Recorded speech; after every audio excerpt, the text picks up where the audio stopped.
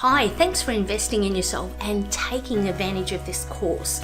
Although you can find lots of things on Google, what I've done is put it all together and created a structure that will focus on the things that you really need to increase your productivity straight away.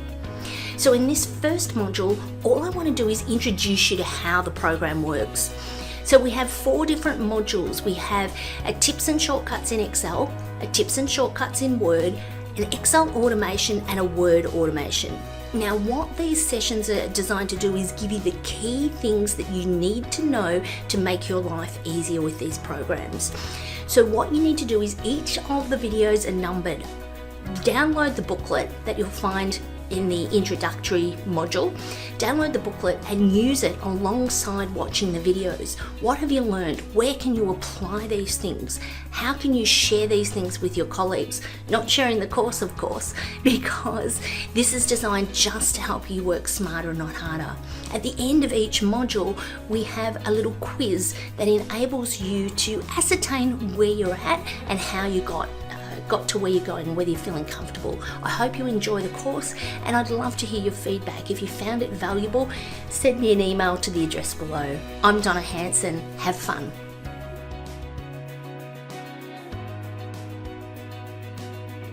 One of the most common things to do in Excel is to add or sum data. Now, it's really important that you understand how formulas work in Excel. So in this segment, we're going to look at how we use the basic sum function. Now, the first thing I need to do is click where I want the answer to be. So I'm summing up the numbers for the northern region for these various product items.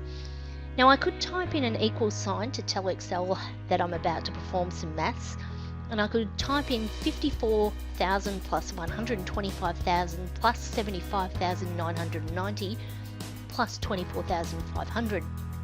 However, they are constants, so that means at any point in time, if any of those numbers change, my formula won't automatically update. So what we're trying to do here is simplify things. I want to sum up this data, and the quickest way to do that is by clicking where I want the answer to be, coming up here to the auto sum function, and just clicking on it. Excel looks at the numbers and goes, is this the data that you want to add up?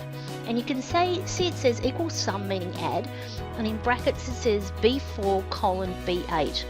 That means the range between and including cells B4, B5, B6, B7 and B8. I'm just going to press enter. Now of course you could repeat the process by clicking on this cell, auto sum and enter, but watch what happens when I come to this one. Excel's automatically looking directly adjacent to it and it finds 2 cells here. This is where you can get into trouble with Excel, because if you assume Excel is correct, you can be accepting data that is not correct, and you can be making decisions based upon information that's inaccurate. In this particular case, I actually want the Eastern numbers, so all I need to do is click here and drag to highlight the data and press enter. Now of course I can use the little fill cross here now to fill along like that. So that's working with the sum function in Excel 2016.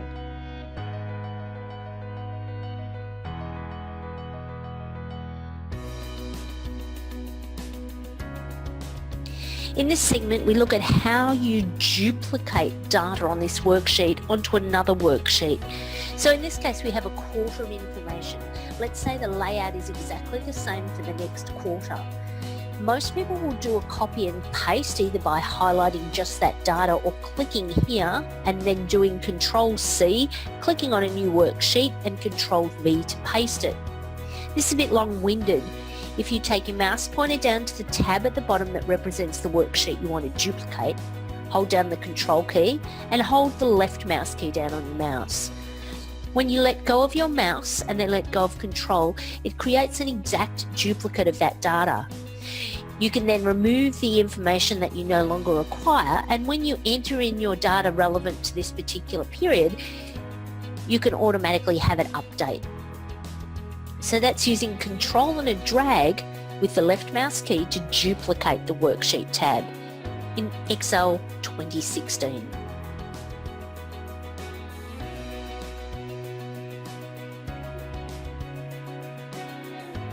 There will be times in Excel where you have a number of worksheet tabs in a file and you want to just send one worksheet to somebody.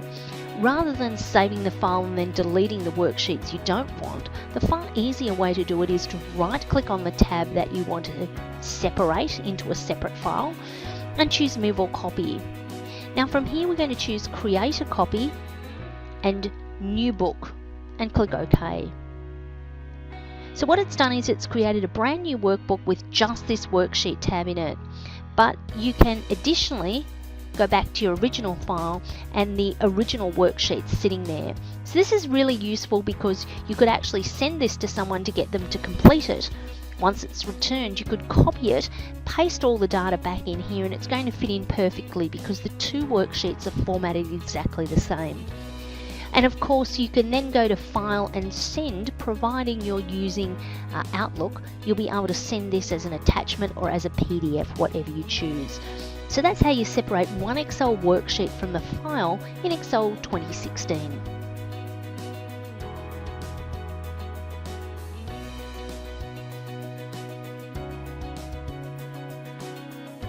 In this segment, we're going to look at how you actually go about creating a simplistic graph in Excel. There are a number of ways, so I'm going to show you two in this quick video. So first thing I want to do is highlight the data I want to graph. Now usually if you're graphing something, it's to do something comparatively. So in this case I'm choosing 4 different regions and I'm also choosing some product labels. Basically all a graph is a graphical representation of data that you already have in your Excel worksheet. So if at any point in time the graph doesn't quite look what you want, it can often be a matter of coming back and reformatting the actual data. Let me explain. So firstly, to create the graph, there are a couple of things you can do. You can go to the Insert tab, and in 2016 you have a range of recommended charts that you can choose from. It gives you a sample of what it's going to look like, or you can choose one of these particular items. So this is a surface or radar chart, a pie chart, which is usually shown as proportions of a whole, line charts, column or bar graphs, scatter charts, and combination charts. Now the quick keyboard shortcut in order for you to quickly create a graph from your data with a basic bar graph is by highlighting your data and pressing the F11 key on your keyboard. When you press F11, it creates a chart on its own worksheet, so you can see that down the bottom. Any of the elements you can change by coming up to the Format tab, and from here you can see that you can change some colors, etc. On the Design tab, you can choose to switch the rows or columns or change some layouts based upon a list of data that you have here, or a list of options. You can double click on any of the elements to change them, such as the chart title. You can change the color, the borders, etc. Or you can click in there and simply edit the chart title. Changing the chart type's easy by clicking on the Change Chart Type icon, and then you can move to a different chart. The only thing you need to be aware of is this option of having a chart on its own worksheet is fantastic in order for you to just see the data without the actual figures themselves. So it's good for setting your chart up. However, you need to know, because of the size of a worksheet in an Excel file, over 1 million rows and over 200 columns wide, if you tried to copy and paste this into a PowerPoint presentation or a Word report, you're going to find it really hard to resize. So once you've finished working with it, you might want to move your chart and turn it into an object in and place it where the data that you're charting is. So by doing this and clicking OK, what it does is enables me to have this chart now as a smaller object. So it means that when I copy and paste it or cut and paste it to any other file, I can choose to link it up, and it's also going to be easier to resize. So that's how you create a basic chart or graph in Excel 2016.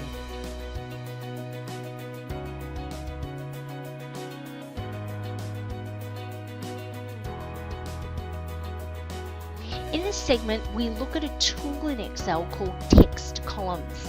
Text to columns enables you to take one column of data in Excel and split it into multiple columns. In this case, by looking at the data, we can see that there's a space between each word. In some instances, if you have a worksheet where data is on the or in the columns directly next door, you might need to take this data and put it on a blank worksheet and do your manipulation and then come back. We go to Data, Text to Columns. Characters such as commas or tabs separate each field, so that is correct, that's what we want, so we're going to click Next. We take the tick out of the tab box and it's actually a space that separates each word in our column, and we click Next. It says it will convert numbers to numbers, dates to dates, and everything else to text. Let's click Finish. What it's done is separated our data into two columns. That is the feature of the tool Text to Columns in Excel 2016.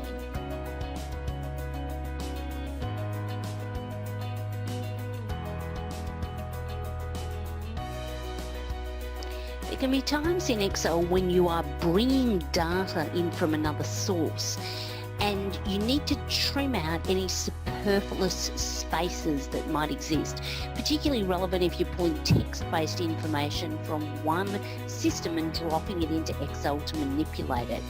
You can't sort and filter accurately when you have leading or trailing spaces. So I can see clearly for part A and part D there are spaces at the front, but there are also spaces existing after part B and C. I just can't see them. So there's a function in Excel that enables you to trim out those superfluous spaces. So if I type in the equal sign to tell Excel I'm about to perform a calculation, and I type in trim, T-R-I-M, and open a set of brackets.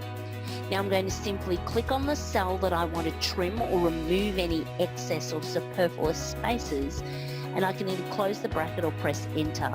You can see it's removed the spaces that exist. I can then double click to fill down. If I was going to replace this data, I would now do a copy, so I'm just doing a straight Control C. And from here, instead of doing a straight paste, watch what happens when I do a straight paste, so Control V, we get an error message. We'll just undo that. What I need to do here is I need a paste special, and I need to paste the value. I just want the outcome of the formula, so the trimmed data, not the actual formula itself. So when I click on values, it drops the data in here, and I could then delete this column of information and my data would be accurate. That's the trim function in Excel 2016.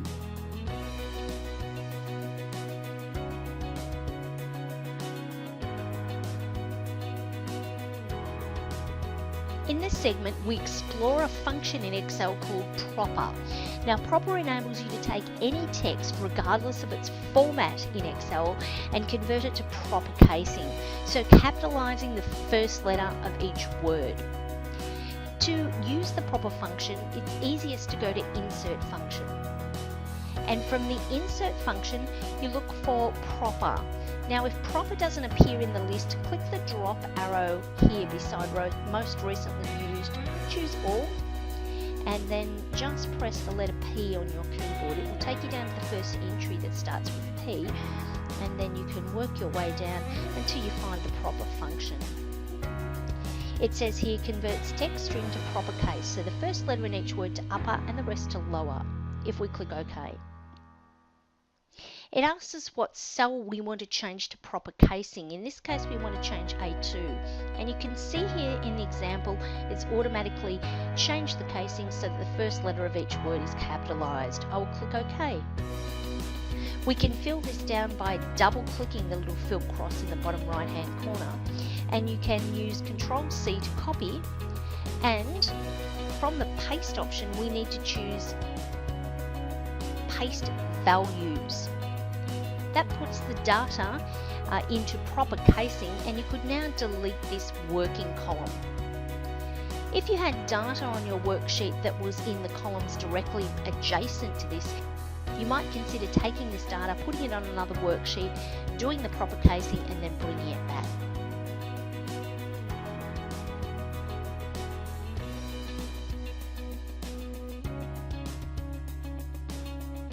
In this segment, we look at a function called concatenate in Excel.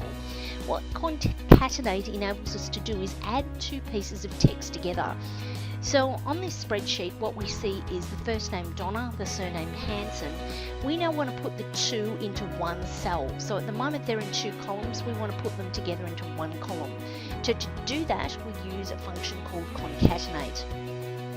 If you've not used this function before, the best way to use it is through the insert function icon. If we click on that, it brings up the insert function dialog box, and from here I'm going to choose concatenate. If it doesn't display in the list here, you can click the drop arrow, choose all, and search until you find concatenate. Concatenate joins several text strings into one text string, so it only works on text. If we click OK, what I want to do is take this first cell, A2, and I want to add the second cell, which is B2.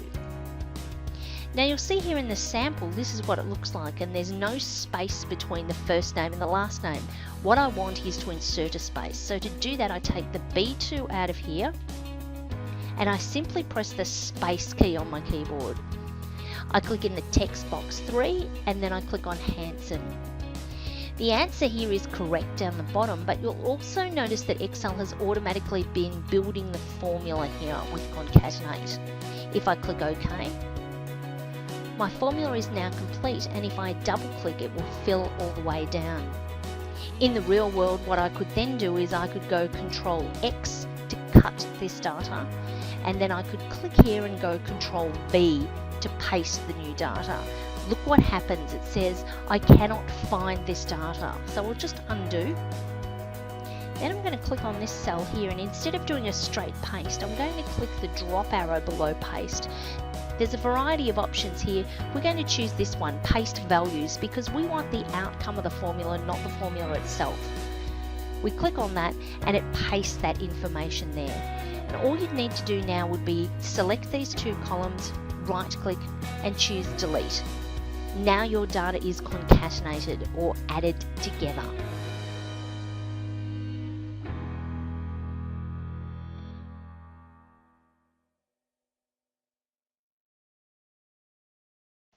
There will be times when you have data in Excel and it won't all quite fit on a single page. Now, sometimes you can see that it won't fit on a single page because you have a dotted line that appears on the screen, or when you go to the print preview, you see something that looks like this, and you can see that it's on 2 pages here. So there are a couple of things that you can do. You could resize this by going to the page break preview area and adjusting the page sizing. But if you know you want it all to print on one page, the easiest way to do this is to go to the page layout tab, and from here we're going to choose the little dialog marker here on the scale to fit area. From here we're going to choose the option fit to 1 page wide by 1 page tall, and if we go to print preview from here, you'll be able to see it fits all that data on the page. Now just be mindful that if your data is very wide or very long, you might find that the font becomes so small you can't read it. So this is really only used for small items where you just need to manipulate a little bit of data so that you can print it all onto one page in Excel 2016.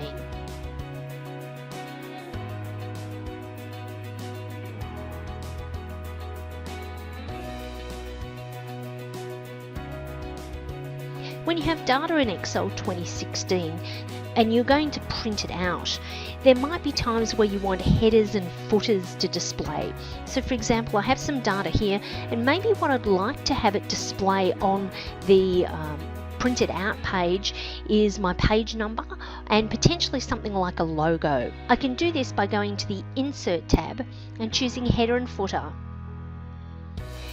It changes the view in Excel, and up here I can pop in something in the header. Now you'll notice there's 3 sections. There's a left aligned section, a centered section, and a right aligned section. You can choose from a range of default headings that you can actually click on, and Excel will automatically insert the code that will put that data in. Code to put in the current page number, the total number of pages, code to put in the current date, the current time, the file path, the file name, the worksheet name, or a picture. I'm going to choose picture, and I'm going to put a logo in here. So the next thing I need to do is locate the picture. So here I have my logo. Now this is a JPEG file, so I'm going to double click on it to insert it. And what it does is it puts the logo here. Now in order for me to see what it's going to look like, I can go to File and I can go to Print. And from the print area I can see it up there. Now that is centered. I may want to make it right aligned, etc. If I click the back icon, and what I can do is when I click in the area, you'll notice that the ribbon at the top activates. So I'm going to go to the Design tab here, and I'm going to choose to move down to the footer, and I might put in page number 1 of Y, X of Y, so it puts in page 1 of 16 down the bottom there. If you want to return your data back to the normal view that you're used to, if you come down to the bottom right hand corner of the screen and click the normal icon, this one here is page layout. So we click the normal icon and your data reverts back to normal. You can't see the logo, you can't see the footer text, but when you print them out, the first page will have the logo on it, and subsequent pages will have the page numbering on the bottom of each page. So that's working with headers and footers in Excel 2016.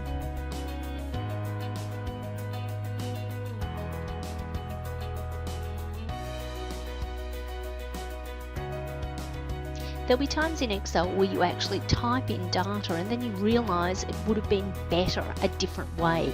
So here we have our regions or our locations as column headings and our products as row headings.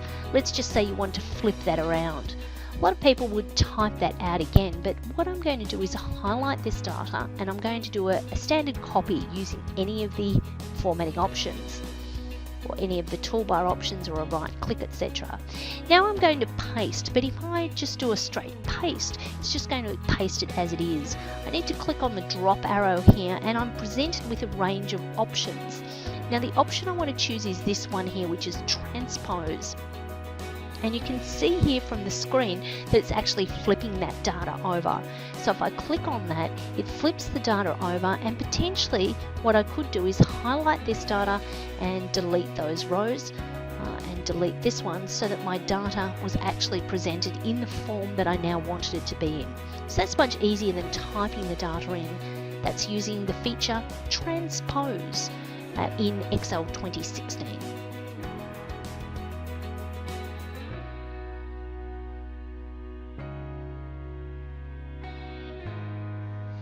A range name is the name we give to a single cell or a range of cells in Excel 2013 to make it easy to locate those cells, like a hyperlink, or in formulas it makes it easier for us to see quite clearly what the formula is referencing. It makes a little bit more sense than having G9, for example. You can also use it to make it easier in other formulas, because in Excel, if you create a formula, for example in this cell C9, and fill it down, unless you lock your cells, so if we were going to reference this lot of cells, unless you lock the cells with the dollar signs, the formula will move down a row each individual time. So what we need to do is tell Excel to lock the data in prior to working out how to do a function called VLOOKUP. So we're range naming this range of cells. So I've highlighted it all and I click up here in the name box, and in here I'm going to type in list. So I can give my range name up to 32 characters in length, no spaces, but I can use underscores. If I press the enter key, that range of cells is now no longer referred to as G9 to H15, it's now called list. Now the benefit of list is it makes it easier to read in formulas, but also if I click on another worksheet, for example, and I want to quickly navigate back to that range name, I simply click the drop arrow up here in the name box and choose list, and it quickly takes us back to the location. So that's range names in Excel 2016.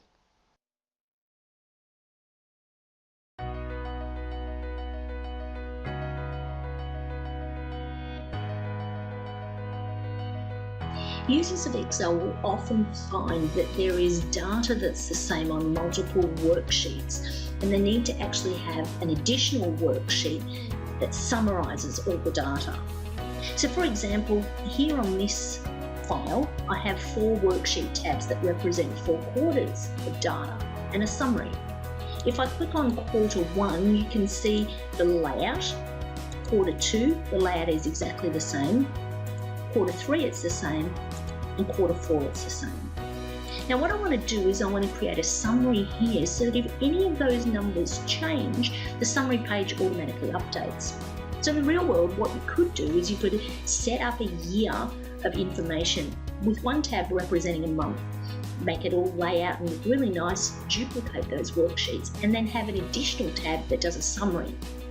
If you set the formulas up at the start of the year, for example, what it enables you to do is as the data gets entered into each of the worksheets, your summary gives you the current to-date numbers.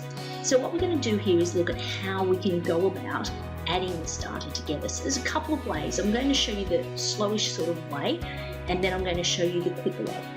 So the first thing I'm going to do here is this is where I want the answer to be. I want to put in a figure that represents more than item A and the total from all 4 quarters. So I start out by typing in an equals sign because that tells Excel I'm about to do some maths.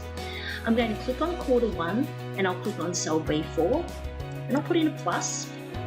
I'll click on quarter 2, click on cell B4, put another plus. Quarter 3, click on cell B4, another plus. And quarter 4, and click on cell B4. Now this time I don't put a plus because I'm not adding anything else on. And you'll notice if you have a look at the formula bar, it says QTR1 in sort of quotes with an exclamation mark after it. Anytime you see an exclamation mark, it's just telling you that what's to the left of that is the name of a worksheet tab in this file. So you can see here by looking up there, I know I have the right data added together because the data is laid out on all 4 worksheets in exactly the same place. So you can see that B4 is replicated 4 times. So if, for example, I looked there and one said quarter 2 B3, I'd know I'd accidentally clicked the wrong data. So I've got all my 4 quarters together and I just press enter and it puts the answer in here. Now if I wanted to copy that formula across my whole worksheet, all I really need to know is that the first one's correct. If I fill down, let go of my mouse and then fill across, it adds them all in. So in Excel you only generally have to do a formula once and then copy it, providing you set the formula up correctly. Now that's okay using this formula that we looked at because there were only 4 quarters, but if you could imagine having 12 months, 52 weeks or even 26 fortnights, it could be a little bit cumbersome. So here's a faster way. I'm just going to press delete to get rid of the data and I'm going to click on the cell where I want the answer to go. And I'm going to type in equals sum. That tells Excel to add stuff up. Open a set of brackets. I'm going to click on quarter 1 and I'm going to hold down the shift key on the keyboard and click on quarter 4. Now the colon between quarter 1 and quarter 4 that you see up there on the formula bar is saying the range between and including quarter 1 worksheet to quarter 4 worksheet. And the cell I want to add up is B4. Now the next thing I do is I close my brackets and I press enter. I get the same answer, but it's far quicker to do that than it is to click on each individual cell on each individual worksheet. Not so bad with only 4 worksheets, but you could imagine if you had 10, 12, 26 or 52, for example, it would be quite a time-consuming process. So this is quicker and easier. Once you've got that, you can then fill down, let go of your mouse and use the auto fill across to fill across. And the beauty is any of these numbers change and the summary sheet automatically changes as well. So that's what's called 3-dimensional formulas in Excel 2016.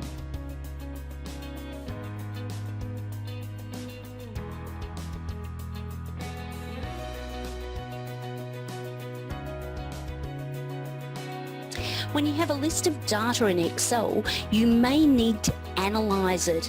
Rather than adding data up, you may need some sort of summary sheet that perhaps you're going to put into a Word document, or just to quickly and easily get some detail on your data that you have here. You can do this using something called a pivot table. So first of all, your data needs to be laid out correctly, so no blank columns or rows. If I go to the Insert tab and I choose Pivot Table, Excel recognises that the layout of the data on the current worksheet is consistent with a table or a range of data, a list.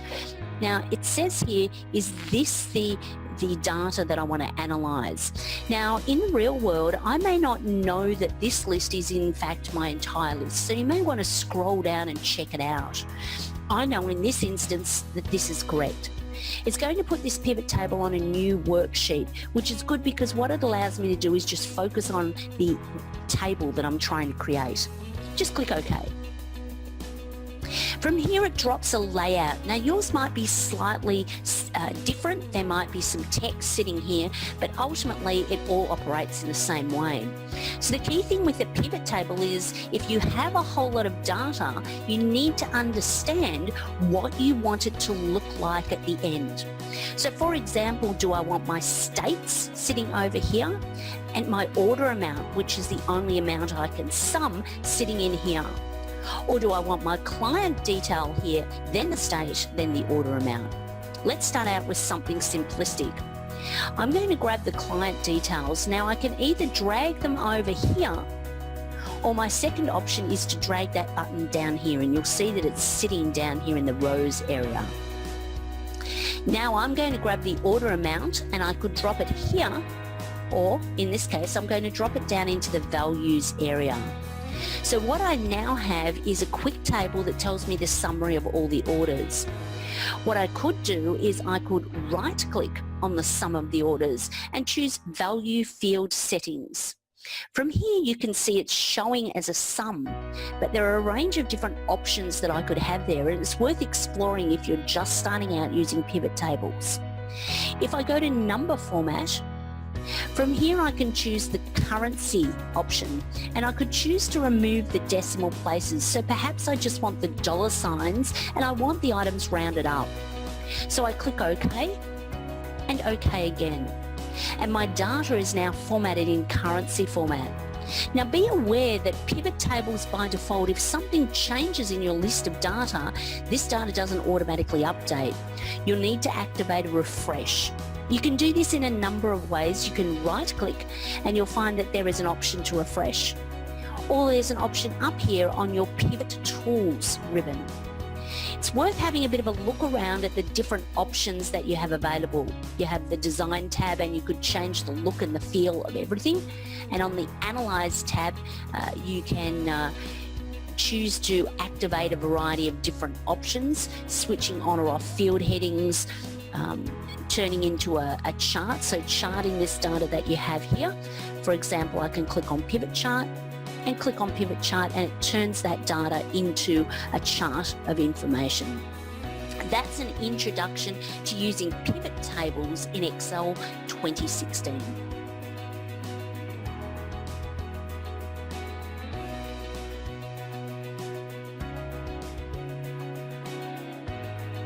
When you have a big list of data in Excel, you might want to quickly and easily subtotal it. So in this case, we might want to subtotal by state or by client. The first thing I need to do is whatever it is I want to subtotal by, I need to sort alphabetically. So if I click in the client column, come to sort and filter and choose A to Z. Now I go to data and over here to subtotal.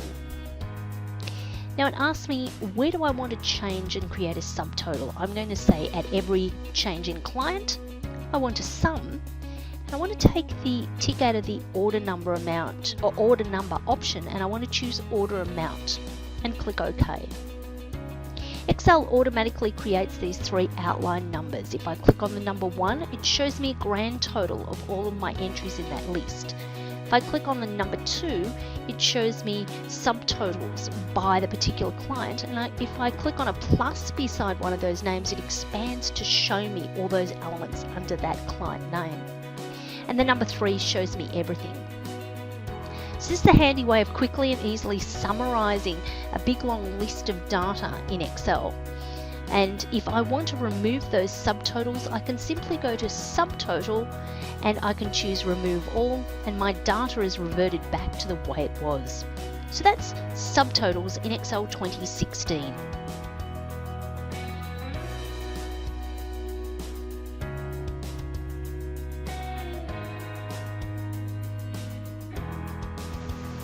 One of the tools available in Excel to help with automation and consistency of data is something called a drop list. If you have an Excel worksheet where other users are accessing it and they need to be able to select from a list, or you'd like them to be able to select from a list of names or states, etc., it creates consistency, and it also minimises the possibility of having entries that are slightly similar but they are exactly the same. So the first thing we need to do here is I have a list of names. I'm going to highlight the names, and I want the names to appear in alphabetical order in the list. So the first thing I'm going to do is highlight them, go to sort and filter, and choose sort A to Z. Now this is a list of names. For example, it could be sales reps. The next thing I need to do to make this easy is to range name it so that I always have this list of names. To do that, I click in the name box here, and I'm just going to call this names and press enter. So now this is a handy tool that enables you to quickly move about your spreadsheet.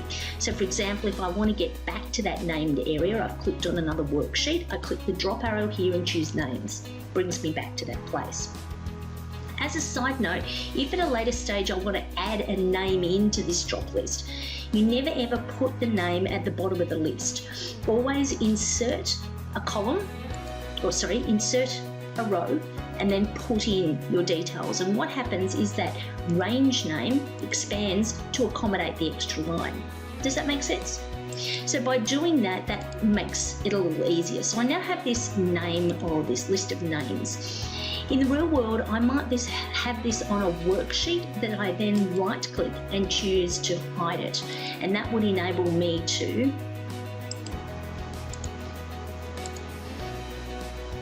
in the real world, I might have this data on a worksheet, which I might hide so that other users couldn't accidentally get to it and delete any data. So let's just say these are the cells that I want a drop list of names to be available on.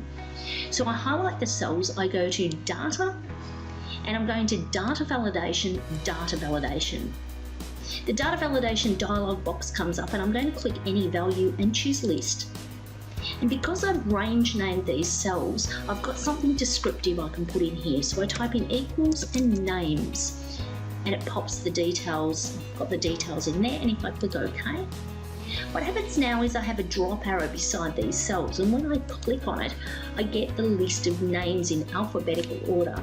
Now you'll notice they're slightly cut off. That's because this column's not quite wide enough to display them all. So I'm just going to widen it a little more, and then when I click the drop arrow, all the names are clear. So that's working with drop lists in Excel 2016, and that enables you to quickly and easily make data that is being entered by other users consistent.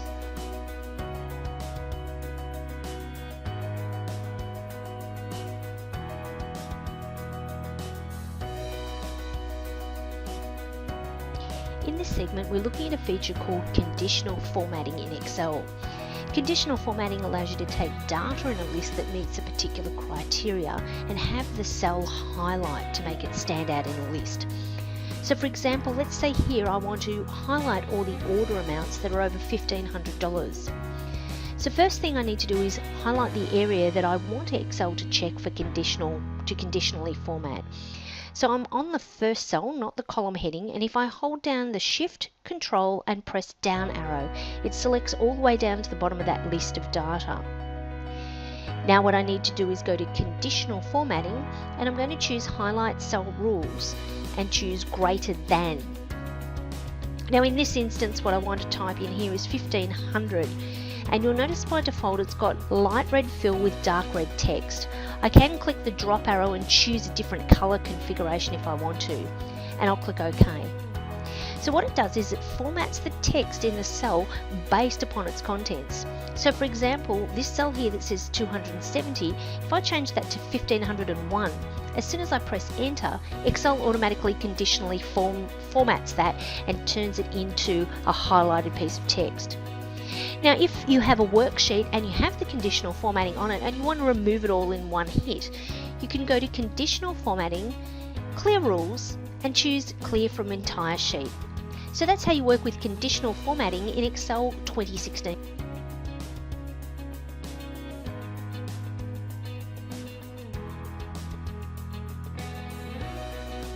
If you've combined data from multiple worksheets in Excel, you may want it to automatically remove any duplicates based on a certain criteria. So in this instance, I might have brought a whole lot of order numbers together, and I know that if I have a duplicate order number here, it's a duplication of an entry.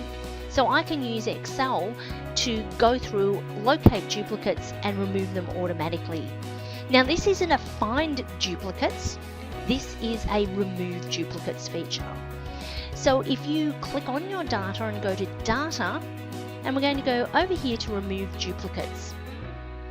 Excel recognizes the data on the screen is a list of information, and it says select one or more columns that contain duplicates. So we're going to choose unselect all, and I want it to check the column order number, and where there is a duplication I want it to automatically remove any duplicates. And if I click OK, it tells me it found 4 duplicate values which it removed, and that 795 unique values remain. This is handy if you're merging data that's exactly the same from a couple of sources and want to remove any duplicates.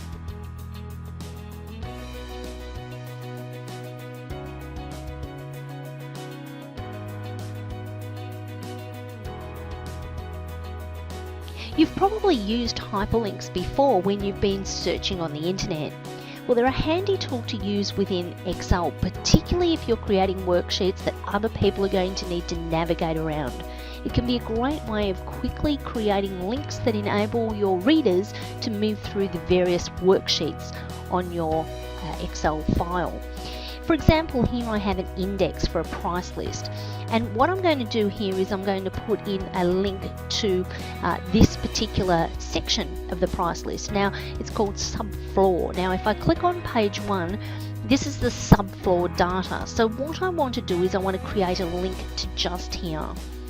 So I click on the cell that I want to activate the hyperlink in, and I go to insert and I choose hyperlink. And from here I'm going to choose place in this document, and what I'm going to do here is if I come up the top, I know that this is page 1, so and by default it's going to go to cell A1. So if I click OK, I now have this as a hyperlink. Now this particular text here, I could come back to my home tab, that's to Homer 14 in bold. I could simply change this text to Homer 14 in bold, which is what I'll do, and I may want the color to remain as black.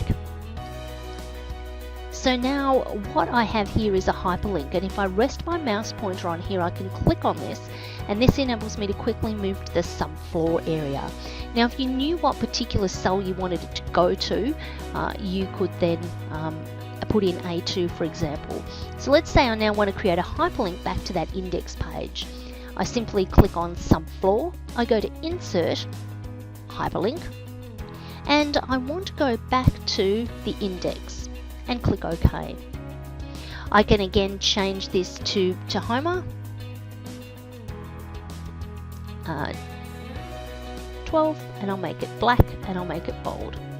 Now if I click on that link, takes me back to the price list, and again I could get it to come back to B2 if that's the cell that I wanted it to do. So hyperlinks are really useful to enable people to quickly and easily move around your worksheets in Excel 2016.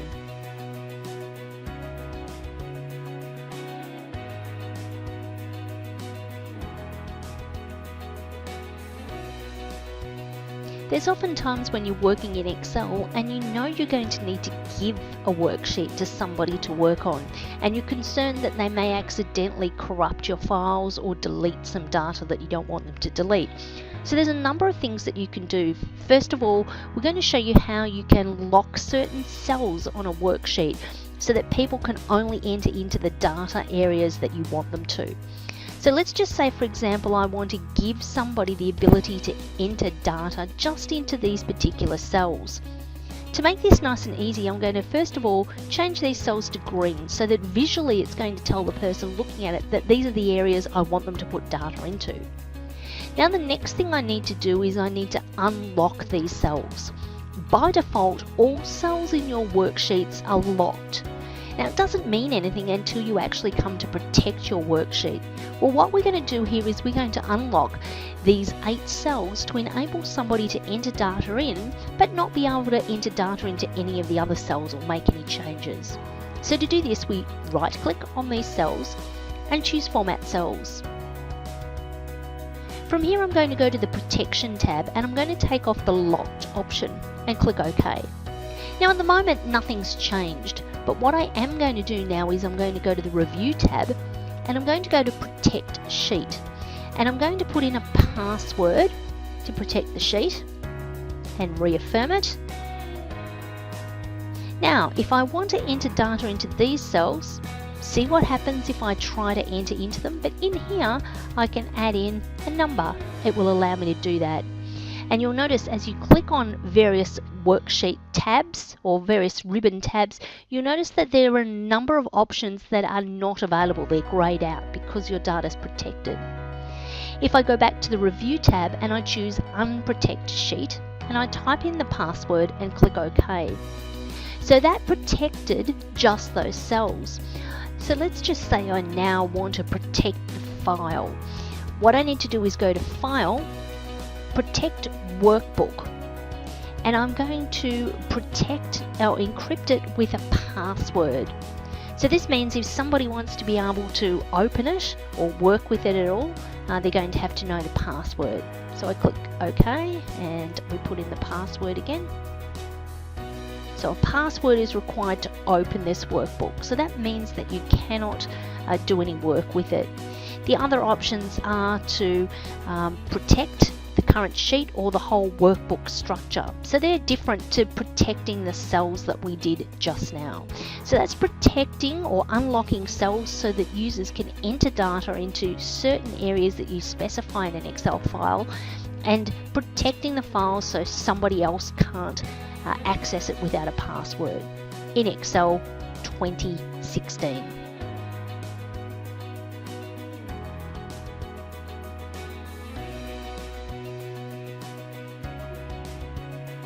In this segment, we look at how you go about creating a macro in Excel 2016.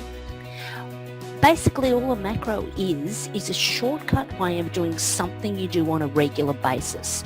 So let's say each month you get some data in, like what we have on the screen here, and every time you get the data from another system, you need to remove a number of columns and you need to maybe change some formatting, etc.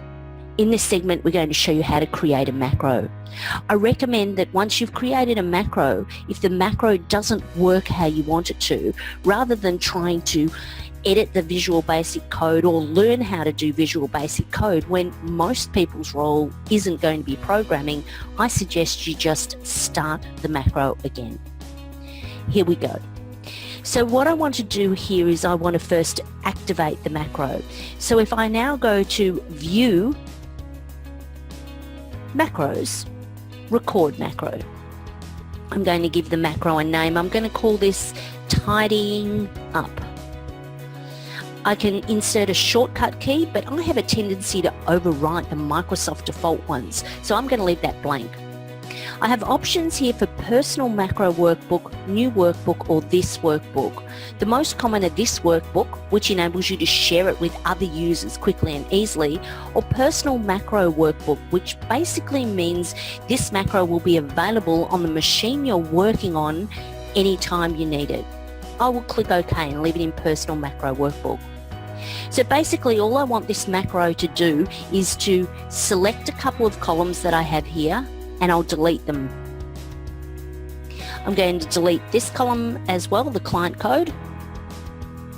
And then what I want it to do is I want to sort it alphabetically and switch the filters on. So if I click on the Home tab, I go to Sort and Filter and A to Z, and then I go to Sort and Filter and switch the filters on.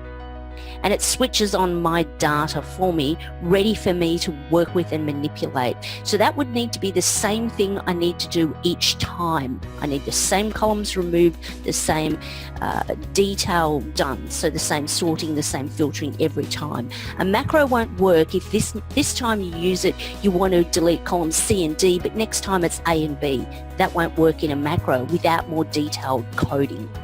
So now what I need to do is go to View, Macros, Stop Recording. Now I'm going to close my file down without saving, and then I'm going to reopen it. So I've closed my file down and I've reopened it, and you can see we're back to our original data. Now what I want to do is I want to run this macro. So I'm going to go to View, Macros, View Macros. There's my macro there, and I'm just going to click Run. My macro has now run.